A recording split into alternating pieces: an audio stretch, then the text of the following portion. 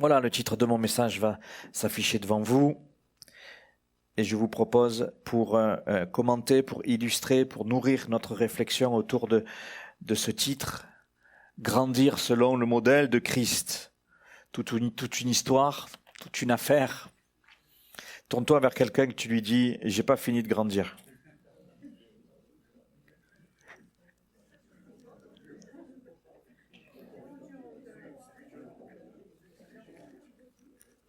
Vous savez que physiquement, des personnes qui n'arrêtent jamais de grandir, c'est une maladie. Eh oui. Parce qu'à un moment donné, la croissance, elle doit s'arrêter. Mais avec le Seigneur, on ne doit jamais s'arrêter de grandir. Ce qui est important, c'est pas tant combien je mesure spirituellement. Ce qui est important, c'est de regarder que je continue à grandir. Tant qu'on continue à grandir, on est bon. Oui ? Et on aura fini de grandir quand on sera dans le ciel, il me semble. Mais encore que, il nous faudra l'éternité pour sonder l'éternité de Dieu. Donc on ne s'arrêtera jamais d'être renouvelé dans cette éternité, même si le temps il comptera plus. C'est quelque chose de vertigineux. C'est pas ce que je veux vous dire ce soir. Hein. C'était juste une parenthèse. Grandir selon le modèle de Christ, je vous propose de lire un verset.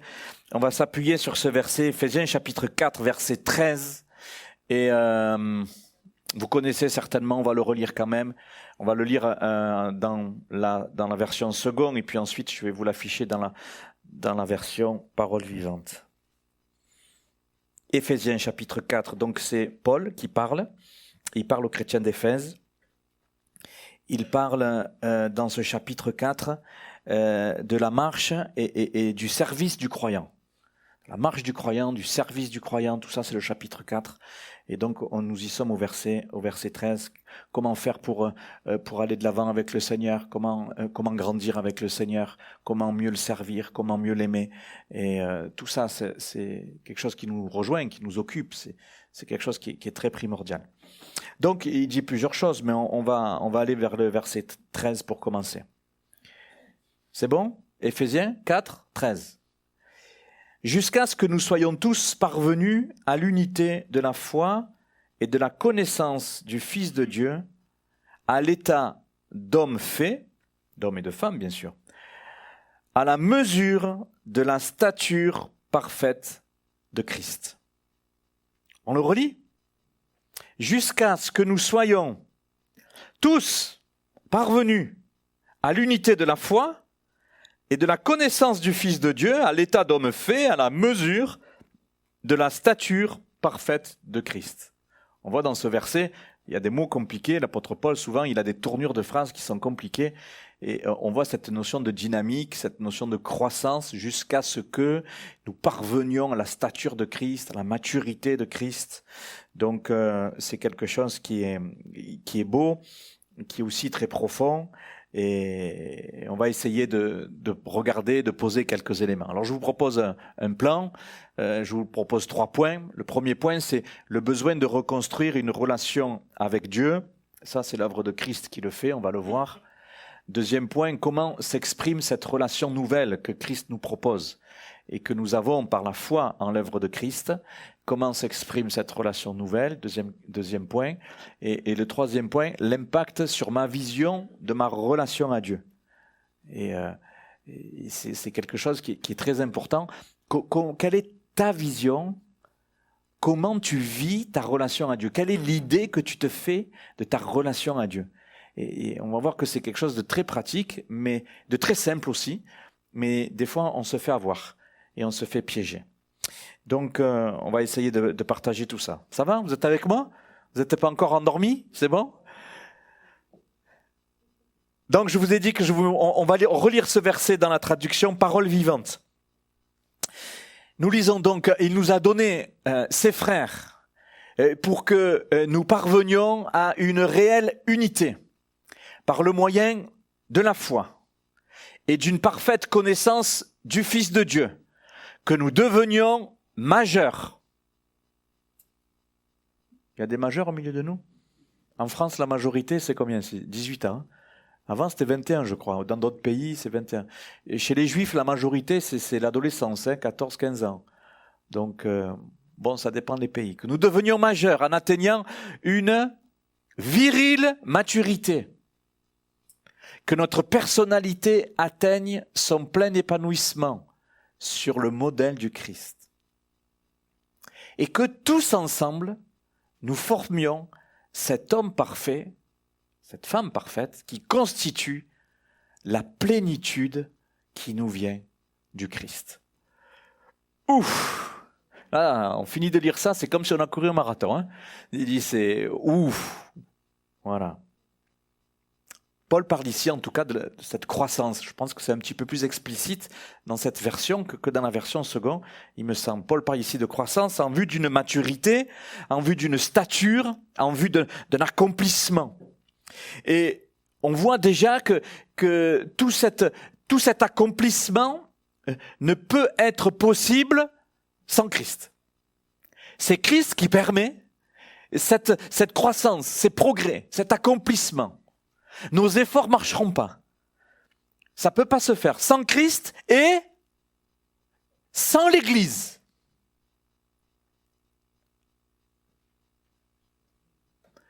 Que tous ensemble, nous formions. Il parle d'unité par le moyen de la foi, que nous parvenions à une réelle unité. Il parle de quoi? Il parle de l'Église, là. Il parle du corps de Christ. Donc comment faire pour arriver à cette plénitude qui nous vient de Christ, cette maturité, cette stature, cet accomplissement? Christ lui-même, ma communion avec Jésus, ma relation avec Jésus et ma vie d'église. Ma vie d'église. Plus un troisième aspect.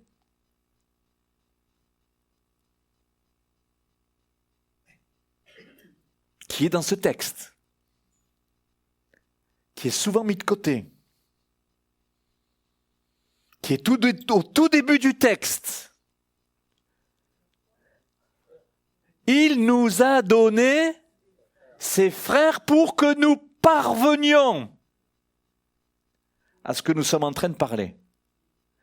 Donc nous répétons, pour grandir selon le modèle de Christ, il nous faut Christ. C'est bon? Jusqu'à là, on est bon. Il nous faut l'Église. Si on le dit autrement, on ne peut pas vivre notre foi tout seul dans notre coin. Pas possible. Tu veux grandir, tu veux progresser, continue à venir à l'église. Je sais que je parle à des motivés. Gloire à Dieu. Si on est encore là, au bout des années de toutes ces années de conversion, au bout de ces dizaines d'années de conversion, ben c'est parce qu'on est debout, parce qu'on est là. Si on lâche l'église, on est en grand danger. Donc Christ, l'Église, et puis il nous a donné ses frères, c'est-à-dire les ministères établis dans l'Église par Christ. Le verset juste d'avant nous éclaire, et je vous l'ai mis en parole vivante.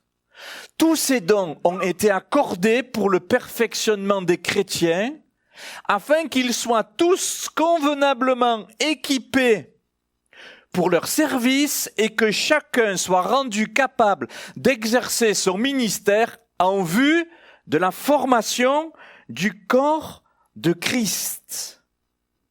Tous ces dons, c'est quoi ces dons? C'est les dons de Christ. Combien il y a de dons de Christ? Allez, révision. Combien il y a de dons de Christ? Selon Éphésiens chapitre 4. 5, lesquels? Vous avez la Bible ouverte, regardez le verset 11 qui est juste avant.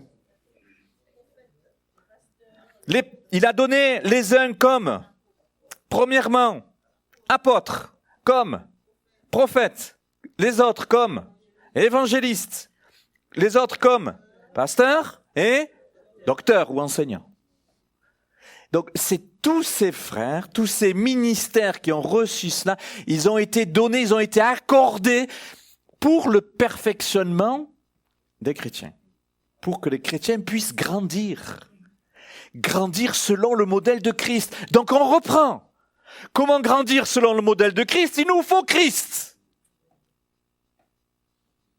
Il faut accueillir Christ dans notre cœur, dans notre vie. Il faut dire oui à Jésus. Toujours et plus que jamais. Ok? Ensuite, il me faut l'église. Venir à l'église, c'est formidable. Mais sans accepter Christ, c'est bancal. Il faut Christ dans ma vie. Après, il faut l'église. Mais il faut réaliser que pour notre maturité, Dieu a donné à l'église les ministères dons de Christ. Les 5 que nous venons de citer. Oui? Donc on se pose en guise d'introduction, et c'est pas vraiment l'objet de mon message, mais quand même c'est important, parce que dans le cadre de ma croissance, Seigneur, moi je veux grandir, je sais pas vous, mais moi je veux grandir. Donc quelle relation j'ai avec Christ, bien sûr, quelle relation j'ai avec l'Église, d'accord, quelle relation j'ai avec les ministères? Quelle relation j'ai avec les ministères que Dieu a donnés à son Église? Quelle influence j'autorise ce ministère à ce qu'il est sur ma vie? Est-ce qu'on accepte que les ministères nous interpellent?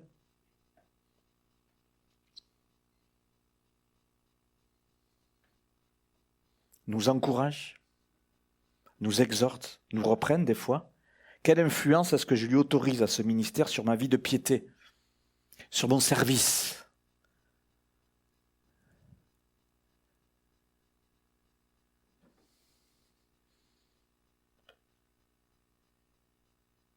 Bon, pas ici, mais ailleurs, il y a des personnes qui sont à fond pour Christ, à fond pour l'Église, mais ils ont un problème héréditaire et maladif avec les ministères. Pas ici, hein, avec les pasteurs. Pas ici, ailleurs. Donc, qu'est-ce qui va se passer? Il va y avoir un problème de croissance. Puisque la croissance voulue par le Seigneur, comme nous voyons ici, c'est avec ces 3 aspects. Nous comprenons? Donc si on a une dent avec les pasteurs, on est embêté. Et puis le Seigneur, il a donné 5 ministères dons de Christ. Il n'a pas donné que des pasteurs, il a donné des apôtres, il a donné des évangélistes, il a donné des prophètes, il a donné des... Seigneur, donne tout cela à ton Église. Est-ce qu'au milieu de nous, il ne pourrait pas se lever des évangélistes, des prophètes, même en ministère local, et alléluia! Envoie que ce soit notre prière. Regardons Jean 17, verset 3. Tous ces dons ont été accordés pour le perfectionnement des chrétiens. On garde bien ça à l'esprit. Tout le perfectionnement des saints en vue de l'œuvre du ministère. Verset 11, moi je l'ai dans la traduction souvent. Il a donné les uns comme apôtres. Dieu a donné. Il a envoyé. Regardez Jean 17, verset 3.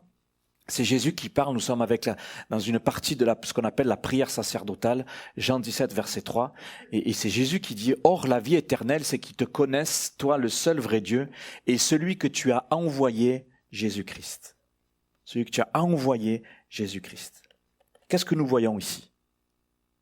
Que celui qui veut connaître Dieu, quel est le moyen de connaître Dieu? Quel est le moyen de grandir dans la connaissance de Dieu? Dans ce verset, c'est qu'ils te connaissent, toi, le seul vrai Dieu. Comment faire pour connaître le seul vrai Dieu? Reconnaître et connaître celui que tu as envoyé, Jésus-Christ. D'accord? Donc, il faut recevoir l'envoyé. Si on veut toucher l'envoyeur, il faut accepter l'envoyé. Le problème avec les Juifs, c'était quoi? Vous vous rappelez? Ils avaient rejeté l'envoyé. Et Jésus leur dira, mais en me rejetant, vous rejetez Dieu. Mais en acceptant l'envoyé, on reçoit la bénédiction qui est liée à celui qui l'a envoyé. on veut être bouleversé de l'amour de Dieu, on veut être bouleversé de la puissance de Dieu, on reçoit l'envoyé, Jésus. Vous voyez cette logique ? Jean chapitre 8, verset 26, pour ceux qui prennent des notes, « Celui qui m'a envoyé, il dira, est vrai. » Jésus n'est pas venu par lui-même, il a été envoyé. Alléluia. Et ensuite, dans les évangiles, qu'est-ce que nous voyons ? Que Jésus, qu'est-ce qu'il fait avec les disciples ? Il les prend pour les avoir avec lui. Et à un moment donné, qu'est-ce qu'il fait ? Il va les envoyer. Il va les envoyer deux par deux. Et quand ils vont dire, mais si moi qui vous envoie les personnes, elles ne vous reçoivent pas.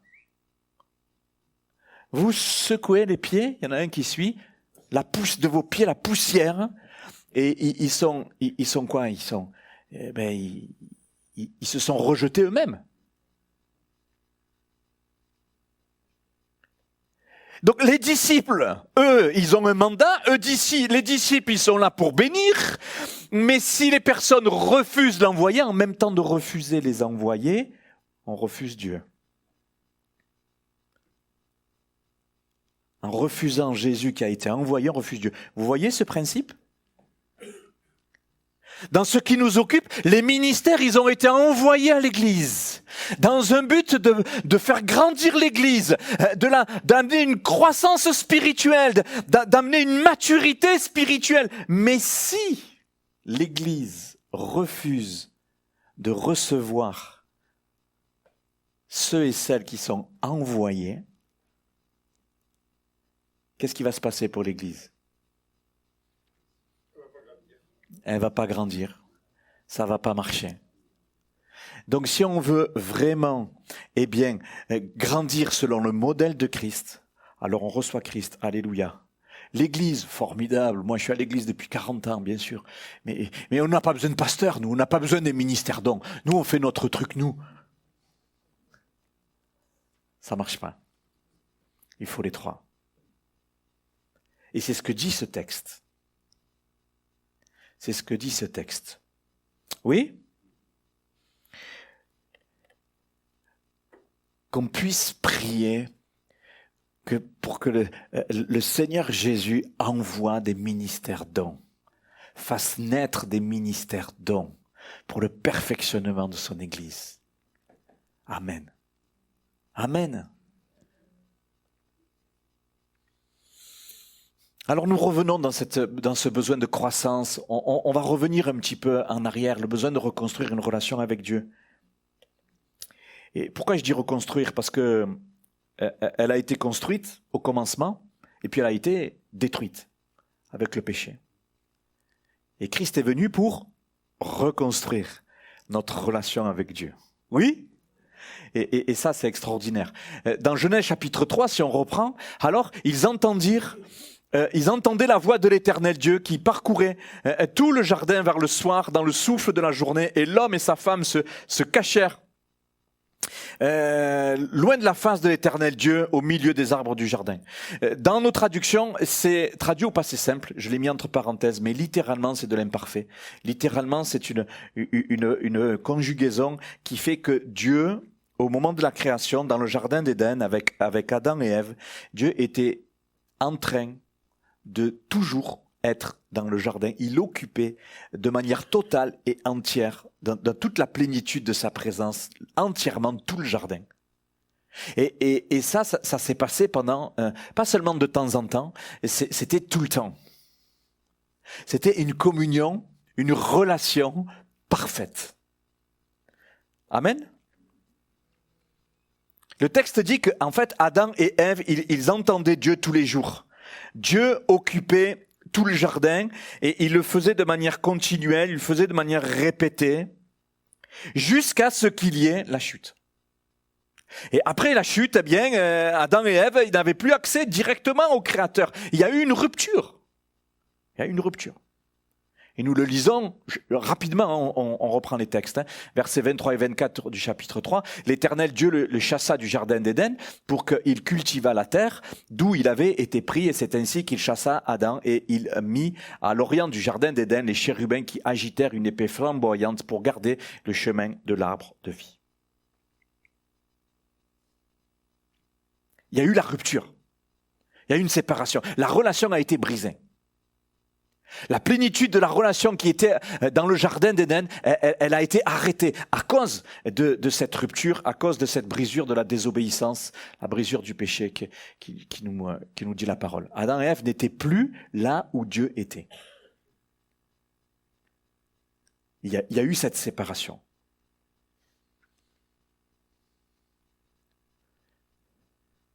Heureusement que Christ est venu pour tout rétablir. Christ est venu pour tout rétablir. Et Paul le dit comme ça dans Romains chapitre 5, versets 17 et 18.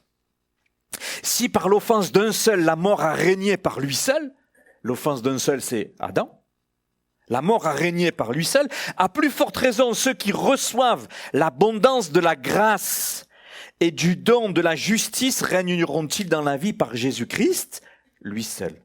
Ainsi donc, comme par une seule offense, la condamnation a atteint tous les hommes, de même, par un seul acte de justice, la justification qui donne la vie s'étend à tous les hommes. Nous avons été réhabilités, restaurés, rétablis dans notre relation avec Dieu grâce à l'œuvre de Christ. C'est ça qu'il dit Paul. Il y a eu une brisure, il y a eu une séparation, mais il y a eu une reconstruction qui a été faite grâce à Christ. Oui ?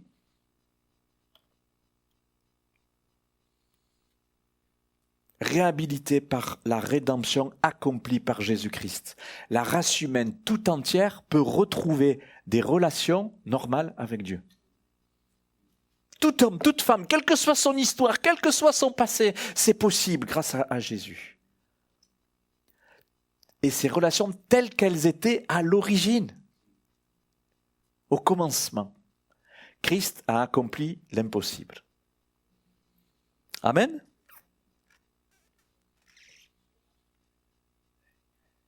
Donc ça veut dire quoi ? Ça veut dire que grâce à Christ, nous pouvons progresser dans notre relation avec Dieu. C'est possible. Et ça, il faut nous en convaincre. Il faut le croire. Grâce à lui.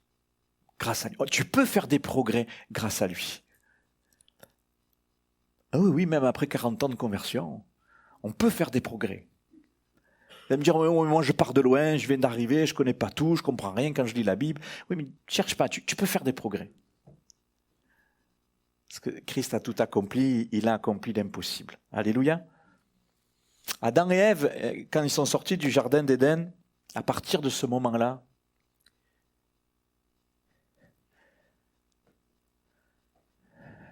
à partir du moment où ils se sont occupés eux-mêmes de leur propre développement, de leur propre croissance, la séparation avec Dieu, elle est venue quand ? Quand ils ont commencé à vouloir manger du fruit de la connaissance du bien et du mal, ils ont voulu grandir par eux-mêmes. Alors le diable les a poussés, bien sûr, il les a tentés, mais c'est ce qui s'est passé. Ils ont mangé du fruit de l'arbre de la connaissance du bien et du mal. Ils ont voulu connaître par eux-mêmes, ils ont voulu grandir par eux-mêmes, ils ont voulu choisir par eux-mêmes, sans Dieu, et je dirais à la place de Dieu. J'ai pas besoin de Dieu pour vivre ma vie, j'ai pas besoin de Dieu pour grandir, j'ai pas besoin de Dieu pour faire les bons choix, j'ai pas besoin de Dieu, etc., etc. Et c'est ce qui s'est passé avec Adam et Ève, et c'est le fondamental du péché, c'est ce qui nous touche tous. C'est ce qui nous touche tous.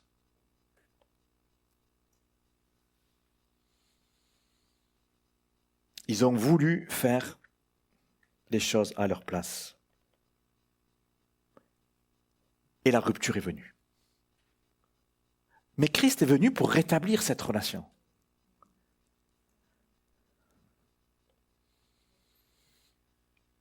comment s'exprime cette relation nouvelle pour nous? Bon, elle n'est pas si nouvelle que ça, mais quand même. Je ne sais pas si vous vous êtes déjà posé cette question, mais de dire, mais des fois, quand même, j'agis comme Adam et Ève. J'aime Dieu, j'aime Jésus, mais dans ma relation à lui, je fais comme Adam et Ève. On avance sans vraiment se nourrir du conseil de Dieu. On fait des choix selon notre propre vision des choses, selon notre perception des choses. Et dans ce sens-là, on est comme Adam et Ève. On n'est pas nourri par le conseil de Dieu. On est nourri des fois par des circonstances, certes qui peuvent être favorables. On est nourri par la pression du besoin. On est nourri par toutes sortes de choses qui nous amènent à faire des choix, mais sans le conseil de Dieu. Des fois c'est inconscient, des fois c'est de la négligence, mais des fois c'est parce qu'on a peur. On a peur de recevoir le conseil de Dieu parce qu'on a peur qu'il n'aille pas dans notre sens. Je préfère faire choisir. Bon, je sais ce qu'il va me dire le Seigneur, je le sais. Ah, je préfère rien demander, je fais mon truc, on verra bien, peut-être que ça va marcher. Mais ça, c'est la manière de faire d'Adam et Ève. Je voudrais vous mettre quand même en alerte. Et des fois, dans notre relation nouvelle, alors qu'on aime le Seigneur, on peut se faire piéger. On fait les choses de manière personnelle. Même au niveau de l'église, on fait les choses, on est là, on est à l'église, mais on fait les choses à notre manière. Alors avec de bonnes motivations, bien sûr. Mais ma manière à faire à moi. Et je veux connaître, je veux faire les choses à ma manière, je veux grandir à ma manière, je veux passer au stade supérieur, je veux être accompli, mais en faisant les choses à ma manière, à mon rythme, quand je veux, comme je veux. Et quand le pasteur met trop la pression, non, je recule.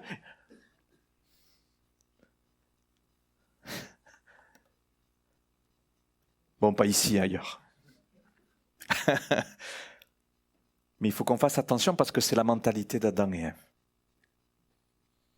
Et dans notre vie, c'est paradoxal. Mais on peut se faire piéger et passer à côté. Et après, on s'étonne que les mois, ils passent, les années, elles passent, on a l'impression, et c'est des fois des réalités, mais je grandis pas, je tourne en rond.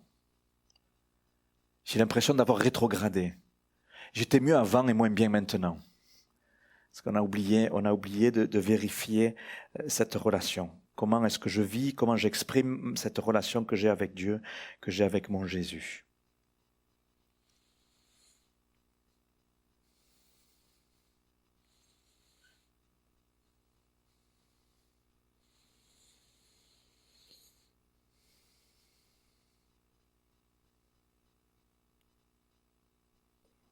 J'ai noté dans la dimension de l'Église que l'Église cesse d'être une société spirituelle, d'ordre spirituel, lorsqu'elle se préoccupe du développement de sa propre organisation plutôt que d'entretenir sa relation avec Christ.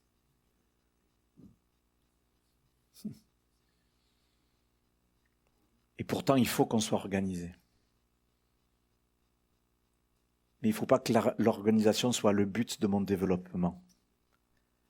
Parce que sinon on se fait avoir. Comment se faire voir de manière personnelle, dans la dimension d'église, peut se faire avoir aussi.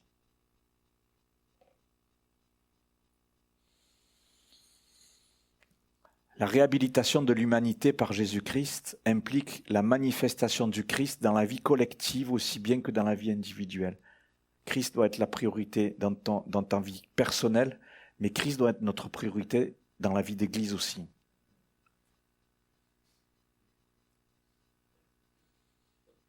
Et c'est dans ce but que Dieu a envoyé les ministères. Pour amener l'Église à être focalisée sur Christ. Et non pas amener l'Église à être focalisée de faire les choses pour Christ. Il y a une différence, vous la saisissez, il me semble. Très importante. Et je relis 11 et 12, et il a donné les uns comme apôtres, les autres comme prophètes, les autres comme évangélistes, comme pasteurs, docteurs, pour le perfectionnement des saints, en vue de l'œuvre du ministère et de l'édification du corps de Christ.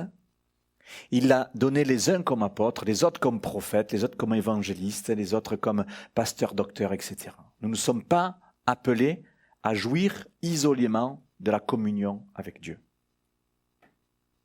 Ta communion avec Dieu, tu ne peux pas la vivre tout seul, toute seule. Nous sommes appelés à laisser Jésus-Christ vivre en nous, bien sûr, et de manière à réaliser l'Église, le corps de Christ. Je ne viens pas à l'Église pour moi.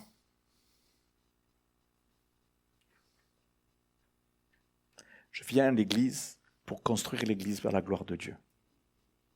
À la gloire de Dieu.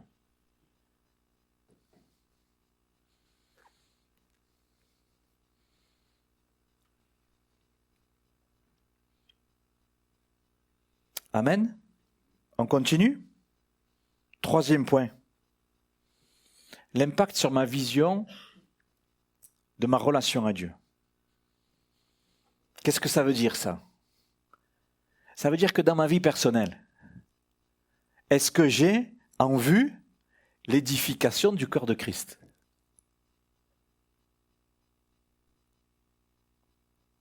Est-ce que dans ma vie personnelle, ma relation à Dieu, c'est seulement « Seigneur, bénis-moi », ma famille, les proches, mais je n'ai pas en tête l'Église.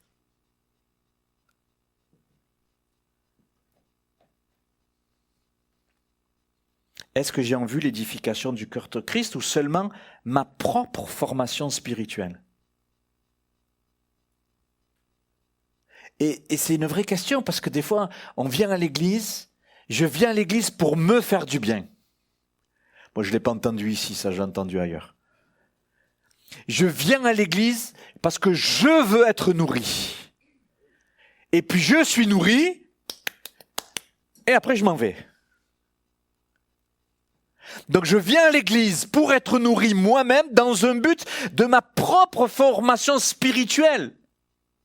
Mais sans avoir à l'esprit le désir, la volonté de construire l'église.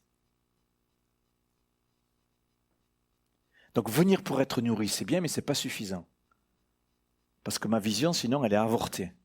Et dans ma relation à Dieu, cette vision avortée va amener un manque de maturité.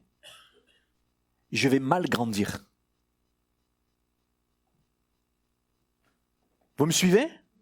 Ça va, je ne vous perds pas, c'est pas trop compliqué. Bien sûr, attention, ne me faites pas dire ce que je n'ai pas dit. Notre communion avec Jésus est très primordiale. On a vu depuis le départ. Je veux grandir, d'abord Jésus. Mais l'Église. Si j'ai Jésus, j'ai l'Église. Parce que Christ est la tête de l'Église. On ne peut pas dissocier les deux. Mais aussi les ministères. Être attaché au ministère. Donc bien sûr, ma communion personnelle est primordiale. Mais même dans cette communion personnelle, est-ce que je suis bien au clair de ce que ça veut dire ?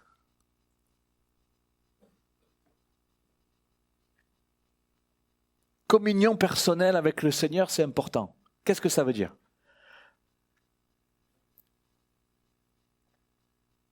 On me dira, mais pasteur, moi je fais attention à ma vie de piété. Alléluia. Je prie. Super.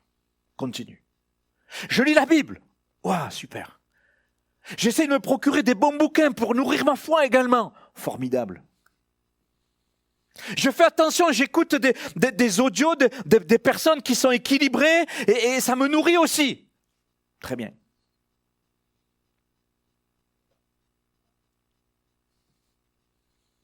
Mais ma communion personnelle avec Dieu, qu'est-ce que la Bible en dit ? Qu'est-ce que c'est ?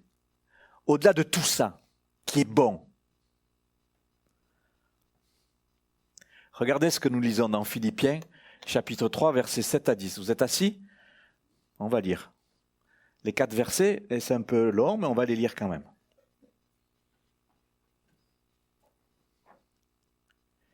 Paul, dans ce texte, fait la part des choses entre les choses qui le piègent et des choses qui l'élèvent.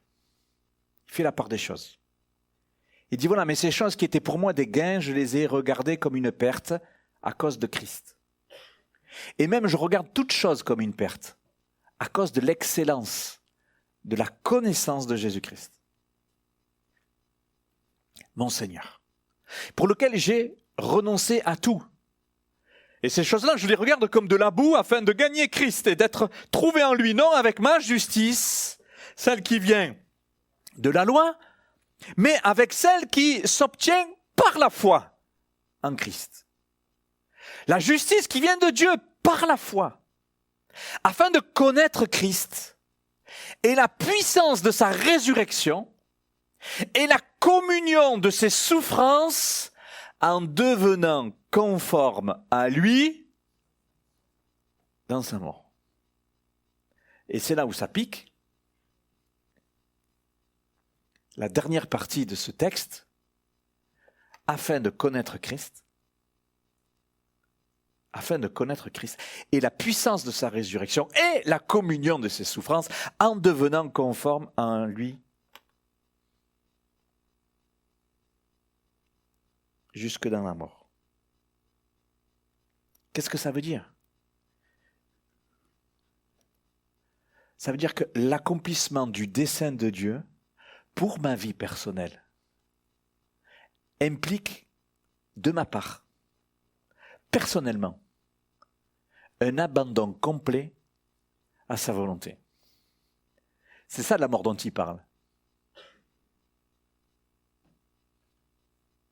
On n'est pas sur le même plan que la vie de piété que j'ai un peu détaillée. On est sur un abandon complet de notre volonté à sa volonté.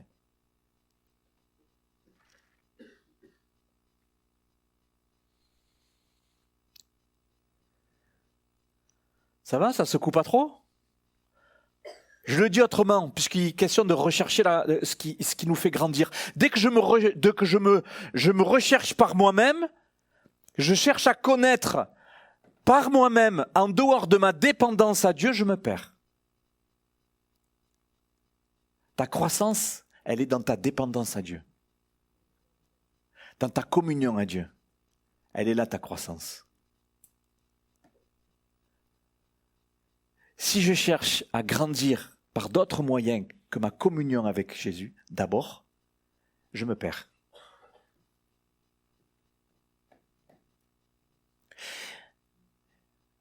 J'illustre. Imaginez que quelqu'un va vous dire, voilà, si tu veux grandir dans ta communion avec Jésus, tu vas faire 5 ans de théologie. Puis quand tu auras fait tes 5 ans de théologie, tu auras grandi avec Dieu. Tu auras grandi avec ta communion avec Jésus. On se fait avoir. Parce que pour grandir, le but, c'est pas les 5 ans de théologie. Si ça, c'est mon but, on se fait avoir. Le but de notre croissance, c'est Christ. C'est ma communion à Christ. C'est pas seulement ma connaissance intellectuelle et mes diplômes. Vous voyez la différence? Je ne vous dis pas qu'il ne faut pas aller en fac de théo si le Seigneur vous y appelle. Mais il ne faut pas que ça soit un but. Si je recherche les choses comme étant par elles-mêmes un but, sans Christ, je me perds.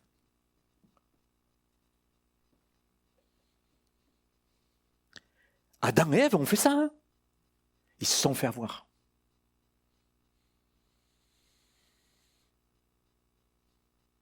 Si je recherche Dieu par moi-même, je me fais piéger. Si je recherche Dieu par mes propres efforts, je me fais piéger. Pour grandir en Christ, il nous faut Christ. Il ne te faut pas des années de fac de théo. Pour grandir en Christ, il te faut Christ. Pour grandir en Christ, il te faut l'Église. Pour grandir en Christ, il nous faut les ministères. Amen.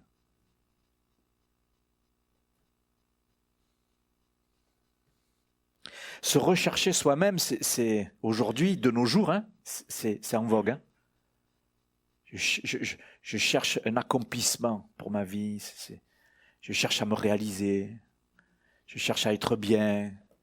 Je cherche à rentrer dans ma destinée. Voilà, on cherche.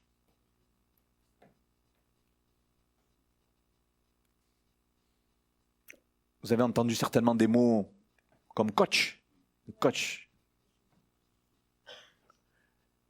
Je fais une petite définition. Un expert en changement et en développement. Un coach aide quelqu'un en tant qu'amplificateur de talent.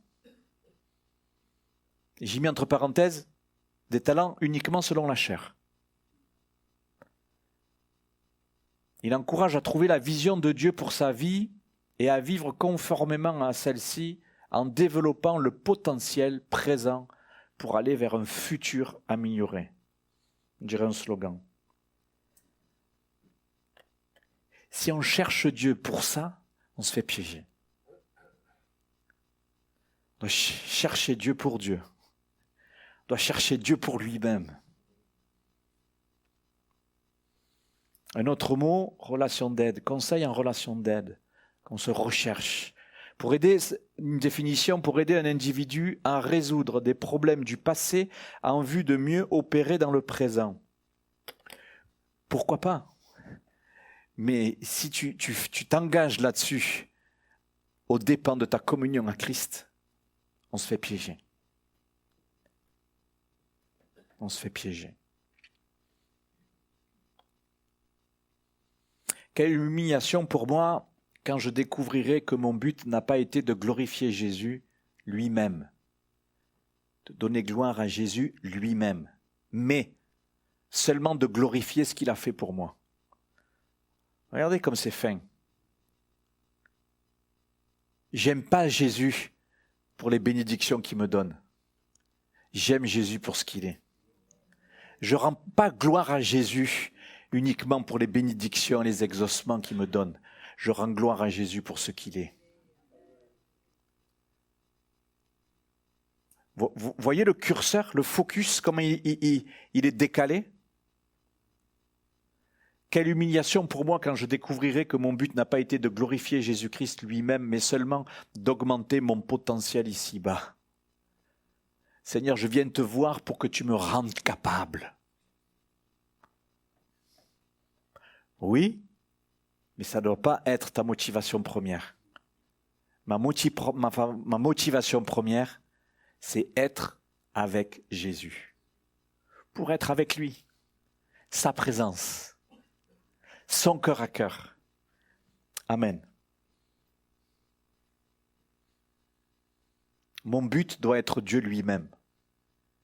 Mon but doit être Dieu lui-même. D'abord lui. D'abord chercher sa présence. C'est pas d'abord chercher la joie de Dieu. Seigneur, je suis triste, il faut que tu me donnes ta joie. Puis une fois qu'on l'a, bon c'est bon, allez, je peux retourner. Alléluia, merci Seigneur, je vais retourner à mes affaires. On est piégé. On ne doit pas rechercher Dieu pour la joie, même si on en a légitimement besoin. On ne doit pas rechercher Dieu uniquement pour sa paix, ni même pour sa bénédiction. Je ne dois pas rechercher Dieu uniquement pour mon développement personnel, ni pour l'optimisation de mon potentiel. Là, je suis en train de parler à des personnes qui sont impliquées à l'église, qui veulent voir la gloire de Dieu. On ne doit pas rechercher Dieu seulement pour devenir performant, pour faire des disciples. On ne doit pas rechercher Dieu seulement pour s'attirer, pour pouvoir attirer les foules. On doit rechercher Dieu pour Dieu.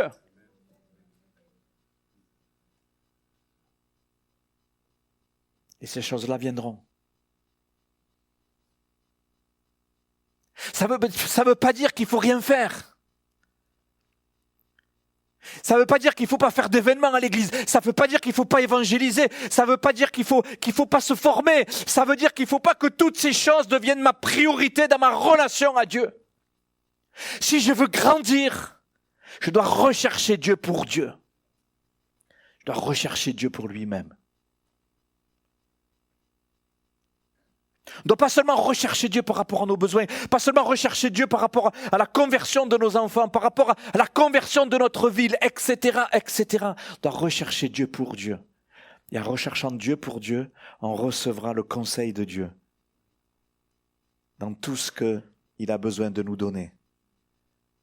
et que nous, ce que nous avons besoin de faire pour lui. On a besoin de rechercher Dieu. Vous me suivez? Combien c'est important? Grandir selon le modèle de Christ.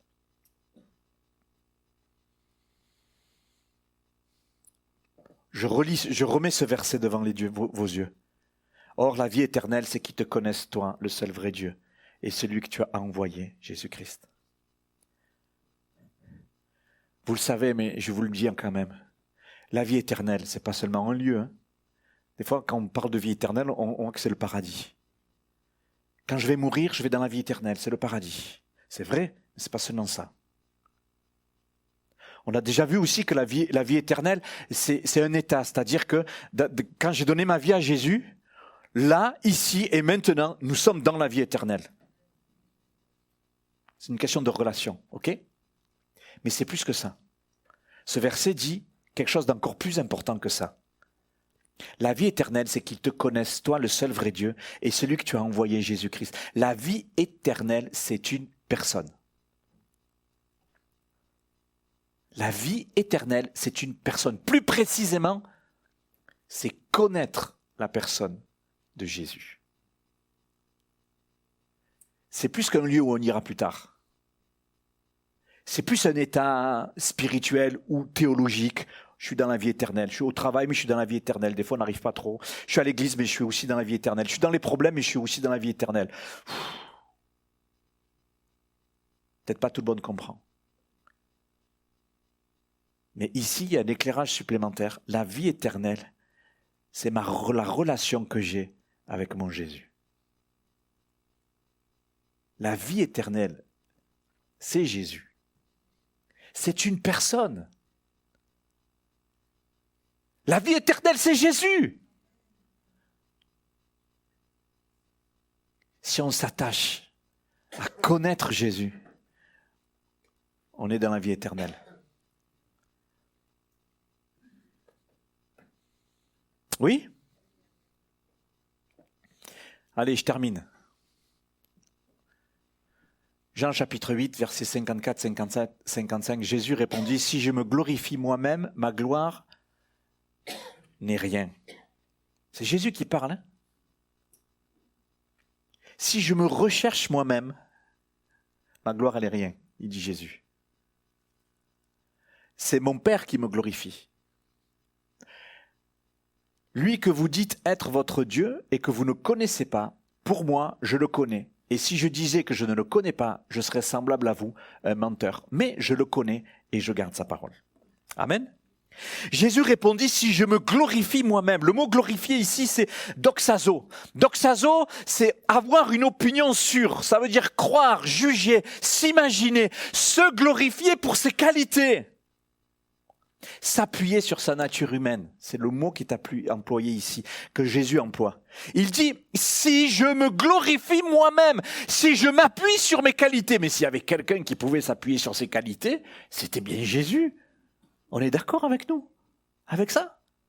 C'est un truc de fou. Et pourtant il dit non, parce que c'était lié à son humanité. Si on s'appuie dans notre relation à Dieu, sur nous-mêmes, on est foutu. On passe à côté.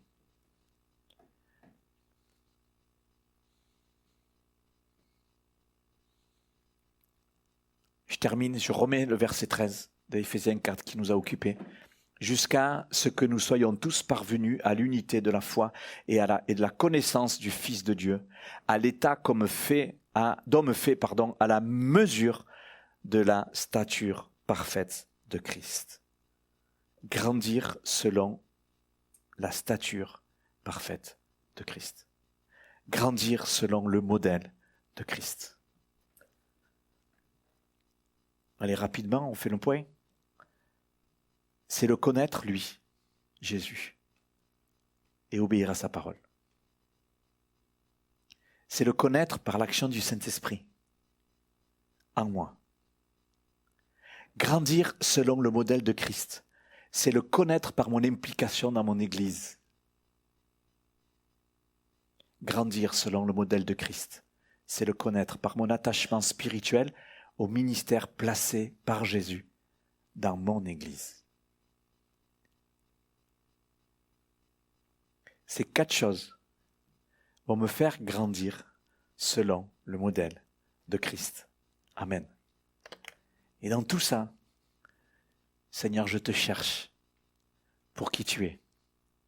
Pas seulement pour mes besoins, mais pour qui tu es d'abord. Et c'est ça qui nous nourrit, et c'est ça qui nous fait grandir, selon le modèle biblique. Est-ce qu'on veut vérifier qu'on grandit bien de cette manière-là? Selon ces 4 principes. Connaître Christ. Connaître Christ, c'est obéir à sa parole. Par le Saint-Esprit. Dans mon Église. Et dans la communion et le respect spirituel avec les ministères. Avec ce que Dieu a envoyé. Amen. Donne-nous, Seigneur, de vivre ces 4 aspects, de vérifier dans ma vie, dans mon service. Et s'il y a quelqu'un autour de nous qui n'a pas bien compris l'un de ces 4 aspects, eh bien donne-nous de parler, donne-nous de communiquer, donne-nous d'engendrer des hommes et des femmes qui grandissent de la bonne manière. On ne veut pas grandir de travers. On ne veut pas finir nain, c'est-à-dire ne jamais grandir. On veut toujours être en train de grandir. Alléluia. Gloire à Dieu, on finit par la prière.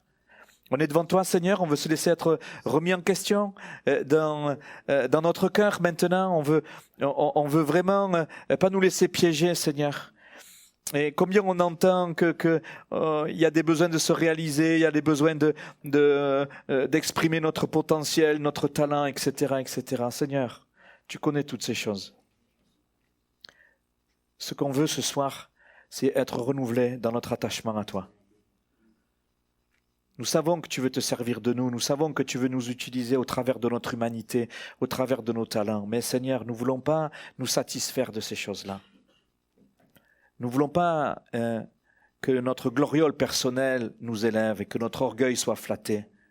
Nous ne voulons pas venir à toi avec une bonne conscience de tout ce qu'on fait de bien et pour mériter quelque chose de ta part. Seigneur, on vient à toi pour toi. On vient à toi pour toi.